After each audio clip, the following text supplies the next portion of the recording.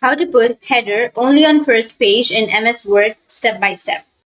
So if you want to put the header only on the first page in your MS Word, then first you need to open up your MS Word application or the document. For example, I'll be choosing a document. Once you choose the document, now in order to add your header or footer, there's a simple way. You just need to double click on the header or the upper side of your page. Double click on it and the header and footer will automatically be updated or will automatically be added. Once you've added, now if you only want to add a header only on the first page, then what you need to do is simply move your cursor on the first page on the upper side and make sure that you have ticked the option of different first page, because once you've done that, you don't need to worry about it, because if you click on this, then something that you write on the header of the first page won't be automatically added to the next page. So just simply enter anything that you would like to add on your header. For example, I'll be just writing demo. And once you've added that, now you can go with the bottom. And here you can see that it has not been added to the second page or the second header. In this way, you'll be able to put header only on the first page in your MS Word. And if you have any questions, feel free to comment below. Thanks for watching.